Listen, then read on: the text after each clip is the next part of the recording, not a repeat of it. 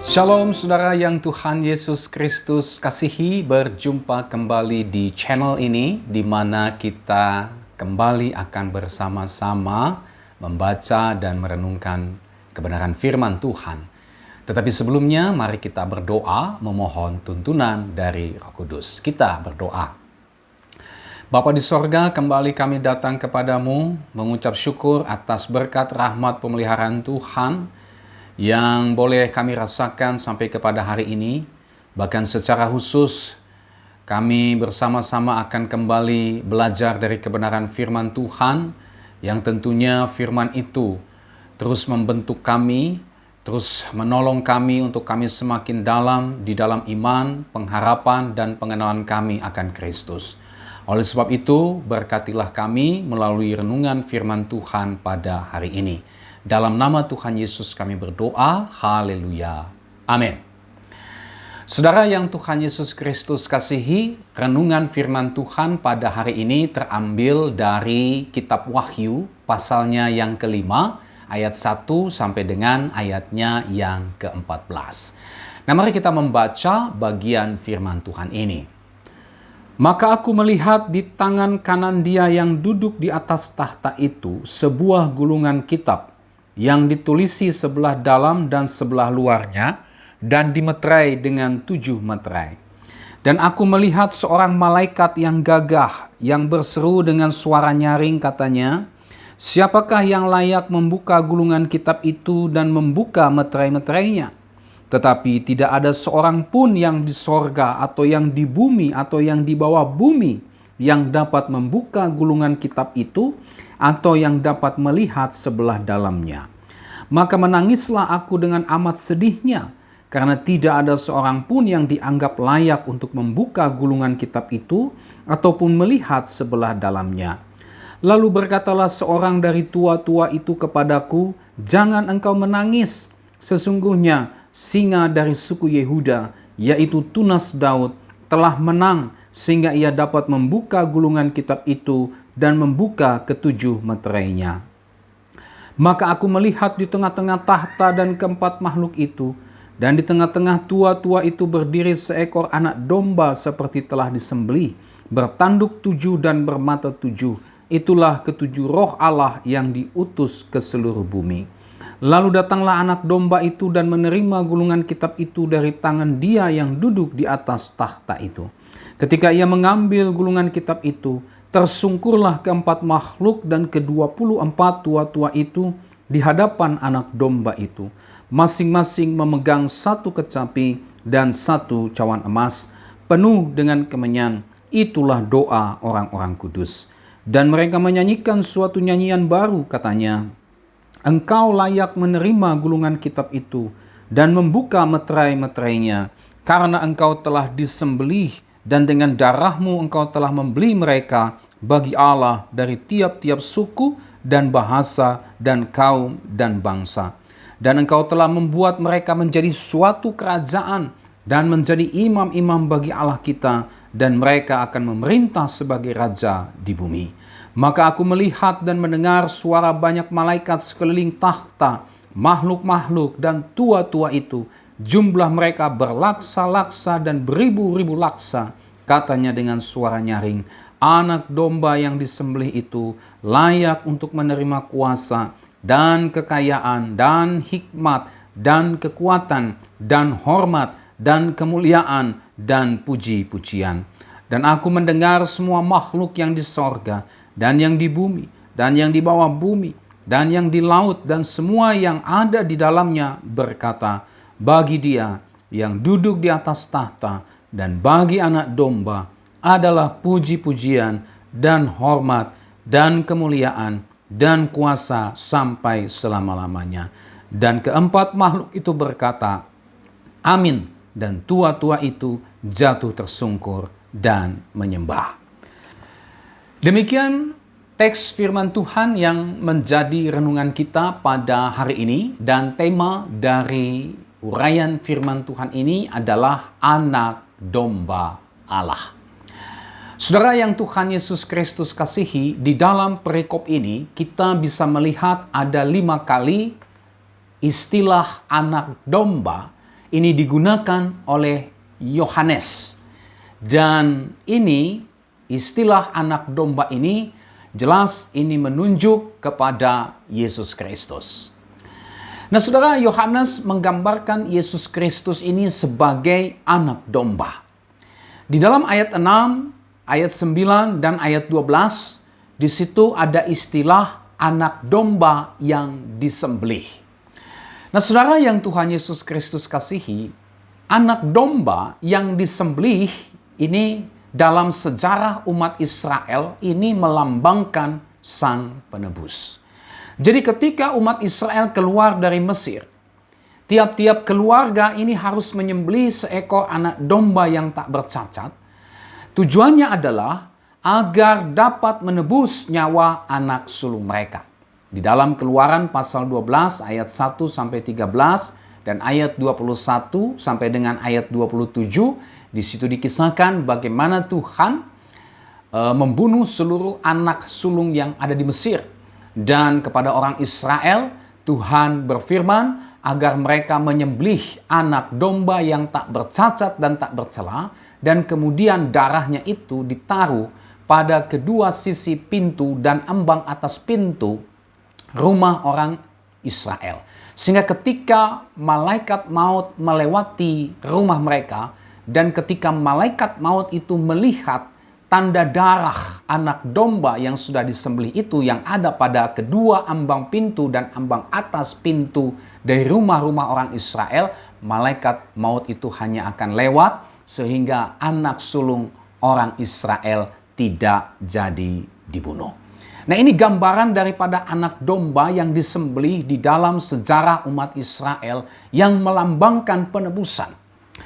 Nah, saudara, Yesaya juga menulis tentang Mesias yang menderita yang digambarkan seperti anak domba yang keluh yang dibawa ke tempat pembantaian. Yesaya 53 ayat 7. Nah, di dalam Injil Yohanes kita juga menemukan bagaimana Yohanes Pembaptis dia memperkenalkan Yesus sebagai anak domba Allah yang menghapus dosa dunia.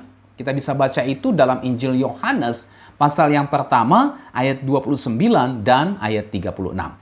Nah, Rasul Paulus, dia juga menyatakan Kristus sebagai anak domba Paskah yang sudah disembelih dan dipersembahkan sebagai kurban. 1 Korintus pasal 5 ayatnya yang ke-7. Rasul Petrus juga mengemukakan hal yang sama.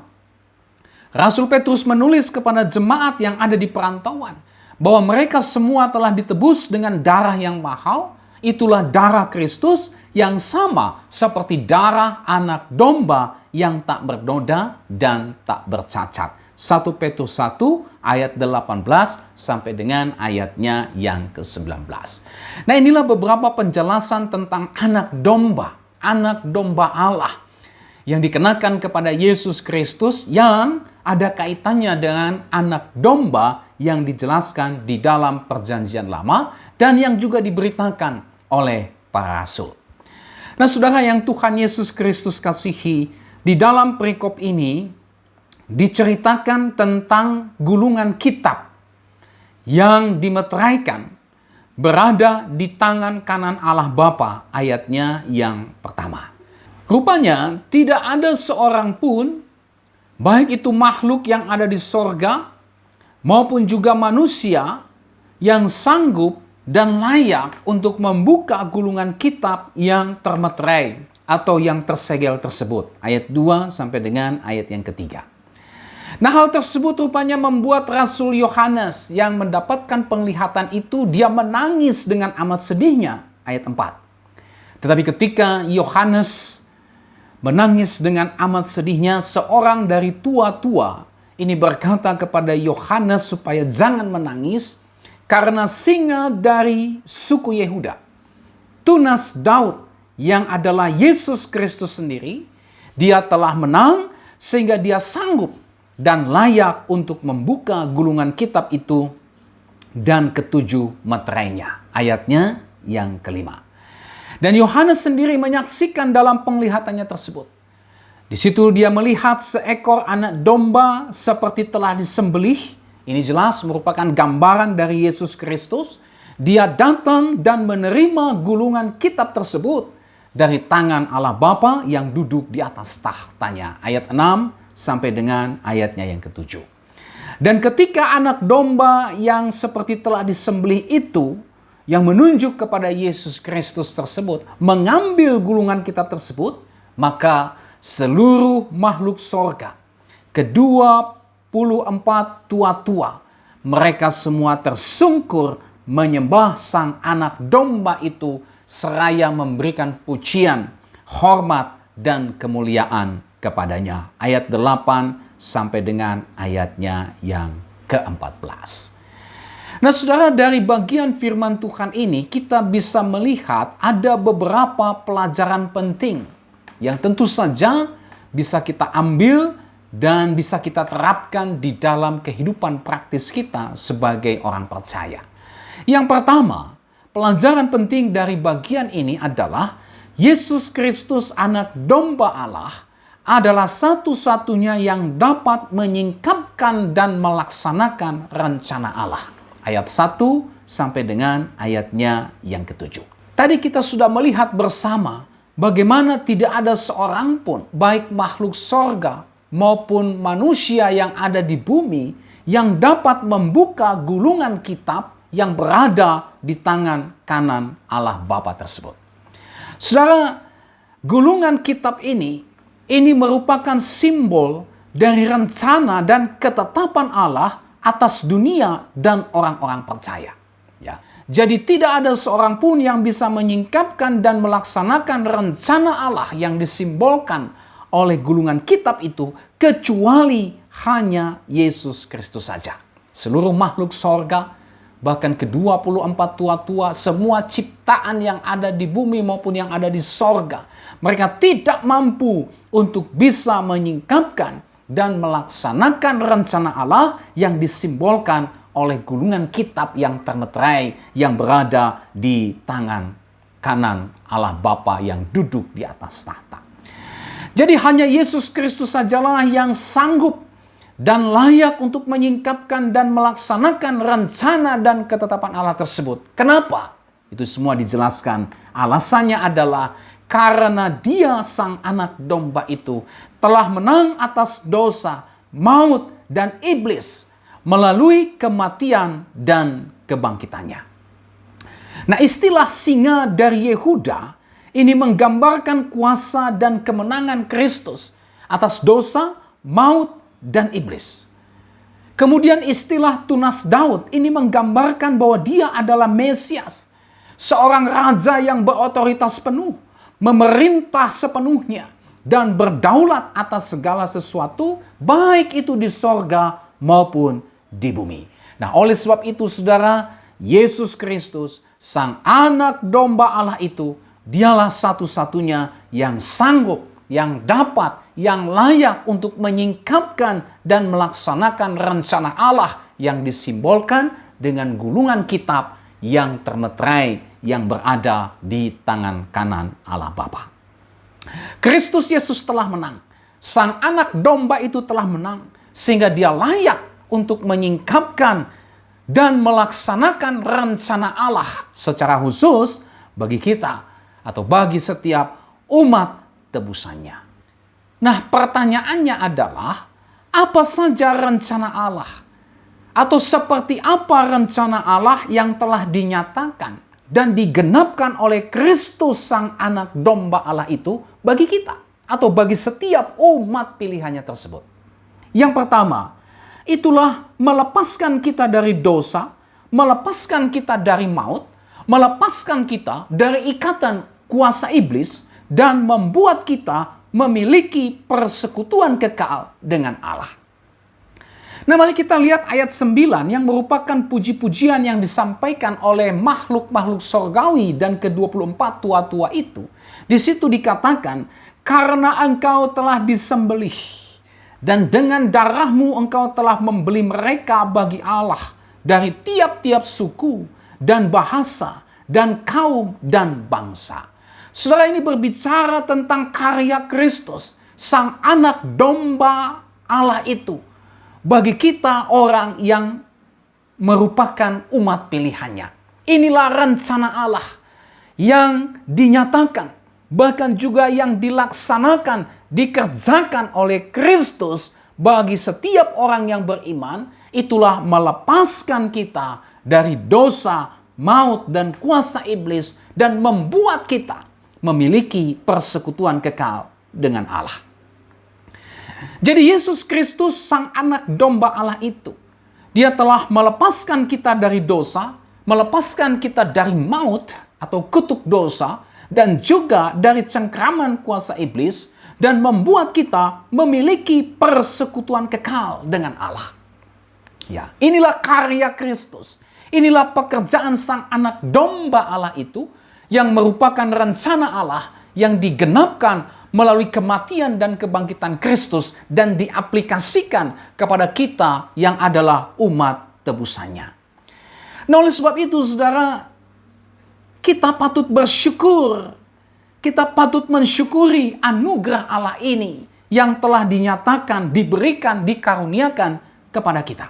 Kita patut bersyukur karena anugerah Allah itu dikerjakan secara cuma-cuma kepada kita. Bukan karena jasa-jasa kita, bukan karena perbuatan baik kita, karena mustahil kita bisa mendapatkan anugerah Allah karena kita orang berdosa, kita terpisah dari Allah. Tetapi semua itu dikerjakan Allah di dalam Yesus Kristus yang merupakan penggenapan rencana Allah bagi kita orang-orang pilihannya. Kita patut bersyukur kepada Tuhan. Kita patut menaikkan syukur dan terima kasih kita kepada Tuhan oleh karena besarnya anugerah Tuhan yang telah Tuhan karuniakan kepada kita.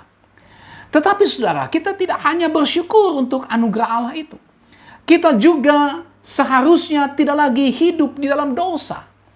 Kita tidak lagi seharusnya kembali hidup dalam dosa, melainkan hidup di dalam kekudusan Allah. Allah berfirman, "Kuduslah kamu sebab aku kudus." Jadi seharusnya kita tidak lagi hidup dalam dosa. Kita tidak lagi terlibat dengan praktik kuasa kegelapan dengan segala bentuk dan manifestasinya. Bukankah kita sudah dilepaskan dari kuasa dosa, dari kutuk dosa, dan dari cengkraman kuasa iblis, dan tidak mungkin kita kembali ke sana. Tetapi seharusnya kita hidup di dalam kekudusan Allah. Kita sekarang berjuang supaya dosa tidak lagi berkuasa atas hidup kita. Kita sekarang seharusnya berjuang melawan setiap tipu muslihat iblis dengan segala bentuk dan manifestasinya. Inilah rencana Allah yang dikerjakan Kristus bagi kita, yang dikerjakan Kristus dan diaplikasikan di dalam kehidupan kita. Melepaskan kita dari dosa, maut, dan kuasa iblis, dan membuat kita memiliki persekutuan kekal dengan Allah. Kita tidak lagi menjadi hamba dosa, tetapi hamba Allah. Kita tidak lagi memiliki persekutuan dengan dosa. Kita tidak lagi memiliki persekutuan dengan iblis. Tapi sekarang kita memiliki persekutuan dengan Allah. Semua itu dikerjakan melalui kematian dan kebangkitan Kristus, Sang Anak Domba itu. Yang kedua, saudara, rencana Allah dinyatakan dan digenapkan oleh Kristus, Sang Anak Domba Allah itu bagi kita, itulah menjadikan kita sebagai warga negara kerajaan Allah, menjadikan kita imam-imam bagi Allah, dan juga kita memerintah sebagai raja di bumi. Ayatnya yang ke-10. Di situ ditulis, "Dan engkau telah membuat mereka menjadi suatu kerajaan dan menjadi imam-imam bagi Allah kita, dan mereka akan memerintah sebagai raja di bumi." Saudara, Yesus Kristus, Sang Anak Domba Allah itu, Dia telah menjadikan kita yang beriman kepadanya menjadi warga negara kerajaan Allah dan berhak menikmati seluruh berkat-berkat kerajaan Allah. Inilah rencana Allah yang digenapkan oleh Kristus bagi kita, menjadikan kita warga negara kerajaan Allah yang berhak menerima seluruh berkat-berkat kerajaan Allah. Nah, oleh sebab itu, saudara, sudah seharusnya lah kita menunjukkan kehidupan sebagai warga negara kerajaan Allah dan tidak lagi menunjukkan kehidupan sebagai orang-orang yang masih hidup di dalam keduniawian. Kalau kita ini sudah dijadikan Allah menjadi warga negara kerajaan Allah melalui karya Yesus Kristus, maka kehidupan kita seharusnya kita tunjukkan sebagai warga negara kerajaan Allah. Bukan lagi menunjukkan hidup secara duniawi. Yesus Kristus, anak domba Allah itu juga telah menjadikan kita imam-imam bagi Allah. Ya, imam-imam dalam konsep perjanjian lama, mereka dipilih Allah untuk menghadap Allah, mewakili orang Israel. Hanya imam-imamlah yang ditunjuk oleh Allah untuk bisa mendekat kepada Allah, mempersembahkan korban kepada Allah. Sementara umat Israel hanya diwakilkan oleh para imam-imam itu. Tetapi Kristus mengerjakan karyanya kepada kita, menjadikan kita imam-imam bagi Allah. Artinya, saudara dan saya sekarang dekat dengan Allah. Saudara dan saya tidak lagi jauh dengan Allah, tetapi saudara dan saya sekarang dekat dengan Allah. Saudara dan saya tidak lagi terpisah dengan Allah, tetapi saudara dan saya sekarang dekat dengan Allah. Saudara dan saya sekarang bisa mendekat kepada Allah kapanpun dan dimanapun. Saudara dan saya sekarang memiliki akses kepada Allah yang semuanya itu dikerjakan oleh Yesus Kristus. Oleh sebab itu, saudara, kapanpun dan dimanapun kita bisa berkomunikasi dengan Allah. Kita tidak harus pergi ke tempat-tempat tertentu agar bisa berkomunikasi dengan Allah. Tidak. Kita bisa berkomunikasi kapanpun dengan Allah melalui doa-doa kita, melalui puji-pujian kita. Ya, karena Kristus telah mengerjakannya kepada kita sehingga kita dekat dengan Allah. Yesus Kristus, anak domba Allah itu telah menjadikan kita imam-imam bagi Allah. Artinya apa? Artinya adalah kita hidup melayani Allah. Sama seperti para imam-imam yang ada di perjanjian lama. Mereka dipilih Tuhan untuk melayani Allah. Nah, di sini juga kita melihat karya Yesus Kristus, anak domba Allah itu. Dia menjadikan kita imam-imam bagi Allah. Itu berarti saudara dan saya, kita hidup melayani Allah. Saudara dan saya tidak lagi hidup melayani kepentingan-kepentingan saudara dan saya sendiri. Saudara dan saya tidak lagi hidup melayani hasrat dan keinginan dosa. Tidak. Saudara dan saya tidak lagi hidup melayani keinginan daging, apalagi keinginan iblis. Karena kita sudah dijadikan imam-imam bagi Allah oleh Yesus Kristus, sang anak domba Allah tersebut. Nah, oleh sebab itu, saudara, mari kita melayani Allah dengan sungguh-sungguh. Mari kita melayani Allah dengan penuh sukacita. Mari kita melayani Allah dengan penuh kegairahan. Karena Yesus Kristus, anak domba Allah itu telah menjadikan kita imam-imam bagi Allah kita. Kita sebenarnya tidak layak untuk melayani Allah. Tetapi oleh karena Kristuslah kita dilayakkan sehingga kita bisa melayani Allah. Yesus Kristus, anak domba Allah itu bukan hanya menjadikan kita imam, tetapi juga menjadikan kita sebagai raja yang memerintah di bumi. Wah, luar biasa, saudara ya. Tetapi saudara, menjadikan kita sebagai raja yang memerintah di bumi ini tidak boleh dimengerti secara politis atau harafiah, ya. Bukan berarti saudara dan saya menjadi raja, ya, seperti Pangeran Charles yang ada di Inggris itu. Bukan itu, saudara ya. Memerintah sebagai raja di bumi ini dimaknai sebagai kemenangan, ya. Yesus Kristus, sang anak domba itu menjadikan kita sebagai raja yang memerintah di bumi. Ini dimaknai sebagai sebuah kemenangan daripada anak-anak Tuhan. Kemenangan daripada umat pilihan Allah. Kemenangan daripada umat tebusan Yesus Kristus, sang anak domba Allah itu. Kemenangan atas apa saja? Yang pertama adalah memerintah sebagai raja di bumi ini dimaknai sebagai kemenangan atas kuasa iblis. Saudara dan saya diberi kuasa di dalam nama anak domba Allah, di dalam nama Yesus Kristus untuk melawan, untuk mengusir dan menaklukkan iblis. Alkitab memberikan sebuah jaminan bahwa setiap orang yang percaya diperlengkapi dengan kuasa Allah. Untuk apa? Untuk mengalami kemenangan atas kuasa iblis. Untuk mengalami kemenangan atas peperangan melawan iblis. Untuk melawan, mengusir, dan menaklukkan iblis. Oleh sebab itu, saudara, jangan lagi kita tunduk kepada iblis. Jangan mau lagi saudara didustai oleh iblis. Jangan mau lagi saudara ditipu oleh iblis, karena kita sudah diberikan kuasa.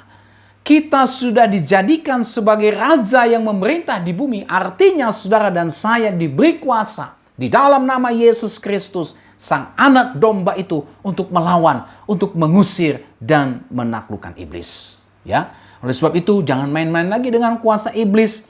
Jangan kita terlibat lagi dengan kuasa-kuasa okultisme yang adalah merupakan pekerjaan iblis, tetapi kita harus lawan. Kita usir segala bentuk godaan iblis dan kita hancurkan pekerjaannya di dalam nama Anak Domba Allah, itulah Yesus Kristus. Yang berikut, saudara, memerintah sebagai raja di bumi juga dimaknai sebagai kemenangan atas godaan dosa. Saudara dan saya tidak lagi berada di bawah kuasa dosa. Saudara dan saya tidak lagi diperbudak oleh dosa. Karena Anak Domba Allah itu sudah melepaskan saudara dan saya dari ikatan kuasa dosa, dari perbudakan dosa. Sehingga sekarang saudara dan saya sudah merdeka di dalam Yesus Kristus dan tidak lagi menjadi budak dari dosa. Nah, kalau kita sudah dibebaskan dari perbudakan dosa, maka saudara dan saya sekarang ada di dalam persekutuan dengan Kristus. Dan saudara dan saya katanya diberikan atau dijadikan sebagai memerintah atas bumi. Itu berarti saudara dan saya diberikan kuasa untuk apa? Untuk melawan dan menolak setiap keinginan dan godaan dosa. Saudara tidak akan lagi terlena dengan godaan dosa. Saudara tidak akan lagi tertarik dengan godaan dosa. Saudara akan berjuang memerangi setiap keinginan-keinginan dosa yang berusaha untuk menggoda dan menjerumuskan saudara. Oleh sebab itu, mari kita tidak lagi memberi diri kita ditaklukkan oleh dosa, karena Kristus sudah menaklukkan dosa dan kita telah diberi kuasa untuk menaklukkan dosa. Kristus sudah membawa kita keluar dari perbudakan dosa. Bagaimana mungkin kita kembali untuk diperbudak atau dikuasai oleh dosa? Yang seharusnya terjadi adalah kita melawan setiap godaan dosa. Kita berjaga-jaga supaya dosa jangan lagi berkuasa di dalam kehidupan kita. Karena Kristus sudah melepaskan kita dari perbudakan dosa dan Kristus sudah memberikan kuasa kepada kita sehingga kita bisa berkemenangan untuk melawan setiap godaan dosa. Ya. Yang berikut, saudara, memerintah sebagai raja di bumi ini dimaknai sebagai kemenangan atas pencobaan dan juga ujian iman. Saudara, pencobaan dan ujian iman yang kita alami menurut Alkitab tidak melebihi kekuatan kita. Bahkan Alkitab memberikan penghiburan. Allah itu setia dan akan memberikan kepada kita kekuatan, memberikan kepada kita kuasanya sehingga kita bisa menang atas setiap pencobaan dan setiap ujian iman yang kita alami. Ya. Oleh sebab itu, apapun pencobaan, apapun ujian iman yang saudara alami saat ini, percayalah bahwa kita bisa menghadapi, saudara bisa menghadapi dan melalui itu semua karena Anak Domba Allah itu yang sudah menyertai saudara dan saya. Dan yang memberikan saudara dan saya kekuatan. Sehingga saudara dan saya bisa mengalami kemenangan atas setiap pencobaan. Ataupun atas setiap ujian iman yang saudara dan saya alami. Ibrani 4 ayat 15 berkata, sebab imam besar yang kita punya bukanlah imam besar yang tidak dapat turut merasakan kelemahan-kelemahan kita. Sebaliknya sama dengan kita. Dia telah dicobai, hanya tidak berbuat dosa. Imam besar, Yesus Kristus itu, dia turut merasakan kelemahan-kelemahan kita. Dia tahu bagaimana rasanya dicobai. Dia tahu bagaimana rasanya mengalami pencobaan. Itu sebabnya sama dengan kita. Dia juga telah mengalami seperti apa rasanya pencobaan itu. Ini menjadi sebuah penghiburan bagi kita.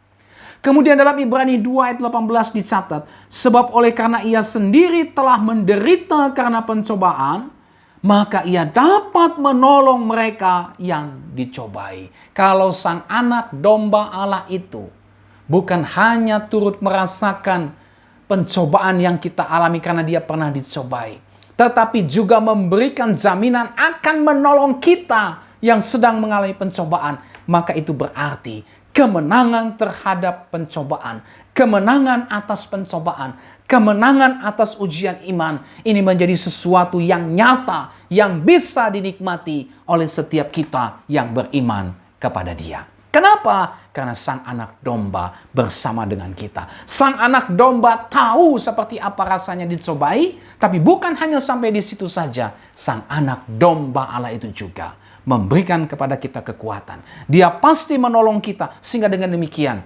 kemenangan atas pencobaan, kemenangan atas ujian iman itu merupakan sebuah realitas, sebuah fakta yang pasti akan dialami oleh setiap kita yang telah ditebus dan diselamatkannya. Memerintah sebagai raja di bumi, ini juga dimaknai sebagai kemenangan di tengah-tengah penganiayaan yang terjadi oleh karena iman kepada Anak Domba Allah. Ya, memerintah sebagai raja di bumi ini kemenangan. Kemenangan atas apa? Kemenangan ketika gereja Tuhan, ketika umat pilihan Tuhan mengalami penganiayaan oleh karena iman mereka kepada Anak Domba Allah. Oleh karena pemberitaan Injil, mereka harus mengalami penganiayaan, tetapi mereka semua akan mengalami kemenangan.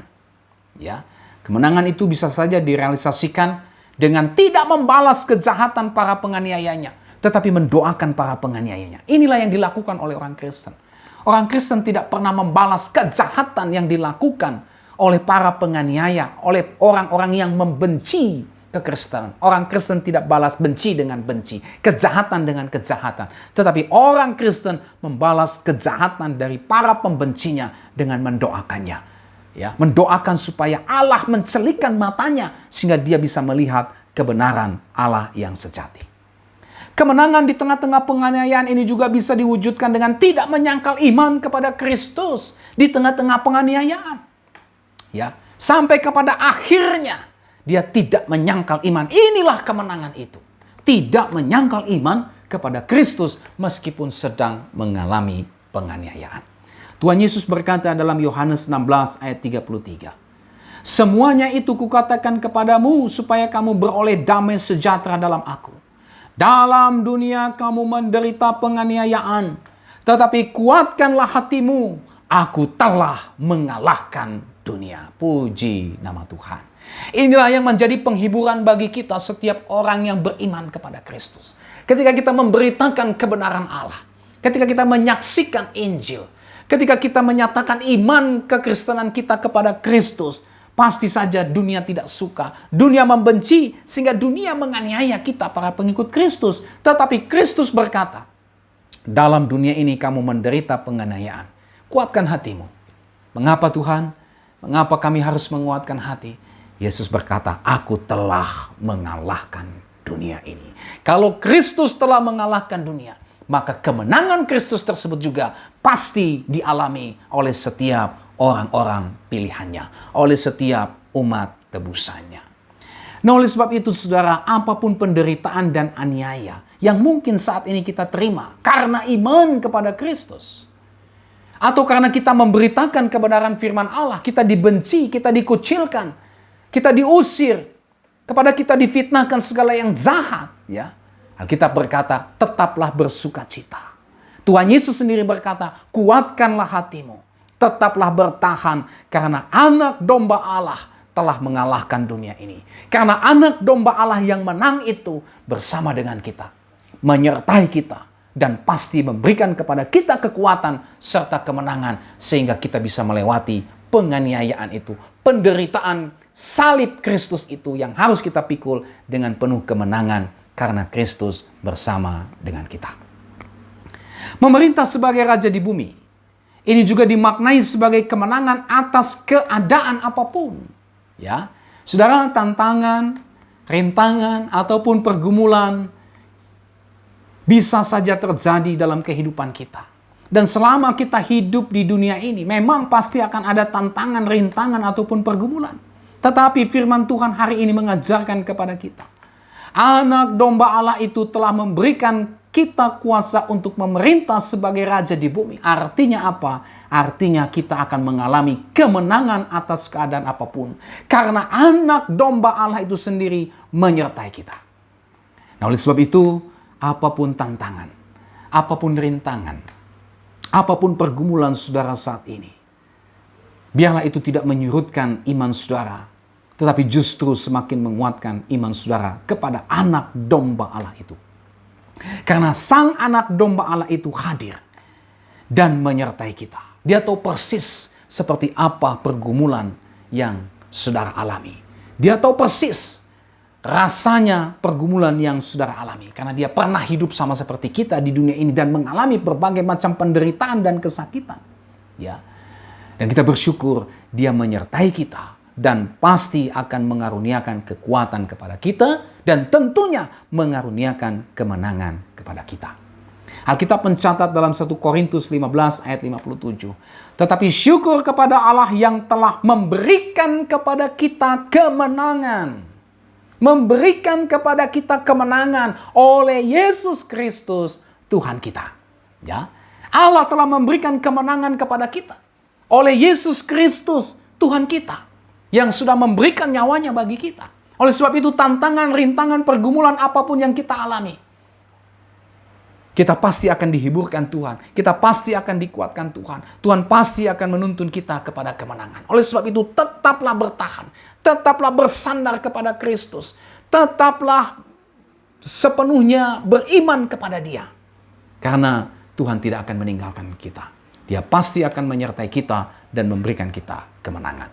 Roma 8 ayat 37. Tetapi dalam semuanya itu kita lebih daripada orang-orang yang menang oleh Dia yang telah mengasihi kita. Puji nama Tuhan. Saudara yang Tuhan Yesus Kristus kasihi, Yesus Kristus anak domba Allah telah menyingkapkan rencana Allah bagi kita.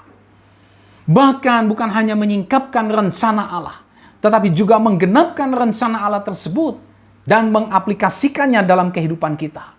Itulah melepaskan kita dari dosa, maut, dan kuasa iblis, dan membuat kita memiliki persekutuan kekal dengan Allah, serta menjadikan kita sebagai warga negara kerajaan Allah, menjadikan kita sebagai imam-imam bagi Allah, dan memerintah sebagai raja di bumi.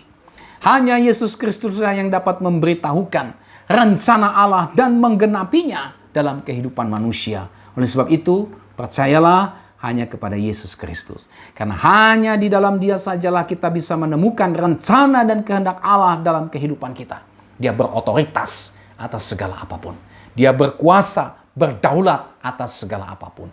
Oleh karena Dia berotoritas, berdaulat atas apapun, baik di sorga maupun di bumi, maka ini memberikan ketenangan kepada jiwa kita. Ini memberikan ketenangan kepada hidup kita. Ada Kristus Yesus yang berkuasa atas segala sesuatu. Dan itu berarti hidup saudara dan saya pasti terjamin di dalam Dia. Oleh sebab itu mari kita hidup sebagai orang-orang yang telah menikmati penggenapan rencana Allah di dalam kehidupan kita, di dalam dan melalui iman kepada Yesus Kristus. Nah saudara, inilah pelajaran pertama yang kita bisa lihat dalam bagian firman Tuhan ini. Yesus Kristus, anak domba Allah, adalah satu-satunya yang dapat menyingkapkan dan melaksanakan rencana Allah. Yang kedua, Yesus Kristus, anak domba Allah, layak menerima pujian dan penyembahan dari seluruh ciptaan. Pelajaran yang kita bisa ambil yang kedua dari bagian firman Tuhan ini, itulah Yesus Kristus sang anak domba Allah itu. Dia layak untuk menerima pujian dan penyembahan dari seluruh ciptaan. Ayat 8 sampai dengan ayat 14. Pada bagian ini kita melihat keempat makhluk sorga, para malaikat, ke-24 tua-tua, seluruh makhluk yang di sorga dan yang di bumi dan yang di bawah bumi. Mereka semua tersungkur di hadapan anak domba. Mereka memuji dan menyembah Dia. Mereka memuji dan menyembah dan memuliakan Dia. Karena apa? Ada alasannya. Yang pertama, karena sang anak domba Allah itu telah menang atas dosa. Telah menang atas maut dan iblis. Dan telah menebus umat pilihannya. Serta menjadikan mereka warga negara sorga. Menjadikan mereka imam-imam bagi Allah. Dan menjadikan mereka sebagai umat pemenang. Ayat 9 sampai dengan ayat 10. Inilah yang menjadi alasan mengapa seluruh makhluk sorga Dan semua ke-24 tua-tua itu, para malaikat tersungkur memuji dan memuliakan Allah. Memuliakan anak domba Allah. Yang kedua, dia bersama dengan Allah Bapa layak menerima hormat, kuasa, kekayaan, hikmat, kekuatan, puji-pujian, dan kemuliaan. Ya, karena mereka layak untuk menerima hormat, kuasa, kekayaan, hikmat, kekuatan. Itu sebabnya yang menjadi dasar puji-pujian dari seluruh makhluk sorga dan semua ciptaan memuji dan memuliakan Dia. Pujian yang mereka naikkan kepada Bapa dan anak domba itu jelas. Ini pujian yang menekankan kuasa Allah yang mutlak atas alam semesta dan atas seluruh ciptaan. Pujian yang mereka naikkan kepada Bapa dan anak domba itu, ini menekankan karya Allah atas keselamatan orang percaya di dalam Yesus Kristus. Mewakili seluruh ciptaan, mereka berseru memuji dan memuliakan anak domba. Dan mereka menutup pujian tersebut dengan berseru, amin, yang berarti maka terjadilah, maka tergenapilah. Saudara, pelajaran penting yang kita bisa ambil dari bagian ini. Yang pertama, biarlah kita senantiasa memuji, menyembah, dan memuliakan Tuhan. Karena karya anugerah Tuhan yang telah kita terima di dalam Yesus Kristus. Seharusnya pujian, penyembahan ini menjadi bagian yang tak terpisahkan dalam kehidupan kita. Pujian dan penyembahan ini terjadi oleh karena karya perbuatan Allah yang luar biasa yang telah dikaruniakan kepada kita. Yang kedua, biarlah pujian dan penyembahan kita ini hanya ditujukan kepada Allah Tritunggal saja. Dan bukan kepada yang lain. Karena hanya Allah Tritunggal sajalah yang layak menerima pujian, yang layak menerima penyembahan kita. Karena hanya Allah Tritunggal sajalah yang layak menerima hormat, kuasa, kekayaan, hikmat, kekuatan, puji-pujian, dan kemuliaan. Oleh sebab itu, pujian penyembahan kita satu-satunya harus ditujukan kepada Allah Tritunggal. Kita tidak lagi menyembah hal-hal yang lain selain hanya Allah Tritunggal saja. Yang kedua, biarlah pujian dan penyembahan kita kepada Allah ini lahir dari anugerah Allah yang telah kita terima. Ini merupakan respons, ini merupakan tanggapan atas anugerah Allah yang telah kita terima, sehingga pujian dan penyembahan kita ini bukan lagi basa-basi, bukan asal-asalan, bukan asal keluar dari mulut bibir semata. Tetapi kita lakukan itu dalam kesungguhan dan dalam perenungan serta kekaguman akan anugerah Allah yang telah kita terima tersebut. Yang berikut, biarlah pujian dan penyembahan kita ini berdasar dan berpusat kepada karya Allah di dalam Yesus Kristus. Pujian kita, penyembahan kita ini harus berdasar, berpusat kepada Kristus dan karyanya. Saudara, kita harus waspada. Karena banyak sekali nyanyian pujian, nyanyian rohani yang justru malah berdasar dan berpusat kepada manusia dan bukan berdasar dan berpusat kepada Allah dan Yesus Kristus, anak domba Allah. Ya. Tidak sedikit saudara ada nyanyian rohani atau nyanyian pujian yang justru mengagungkan manusia dan bukan mengagungkan Allah dan karyanya. Banyak saudara. Oleh sebab itu hati-hatilah. Kiranya pujian dan penyembahan kita ini kita dasarkan dan kita pusatkan kepada karya Allah di dalam Yesus Kristus. Yang terakhir, biarlah pujian, penyembahan, pengagungan, hormat kita kepada Allah.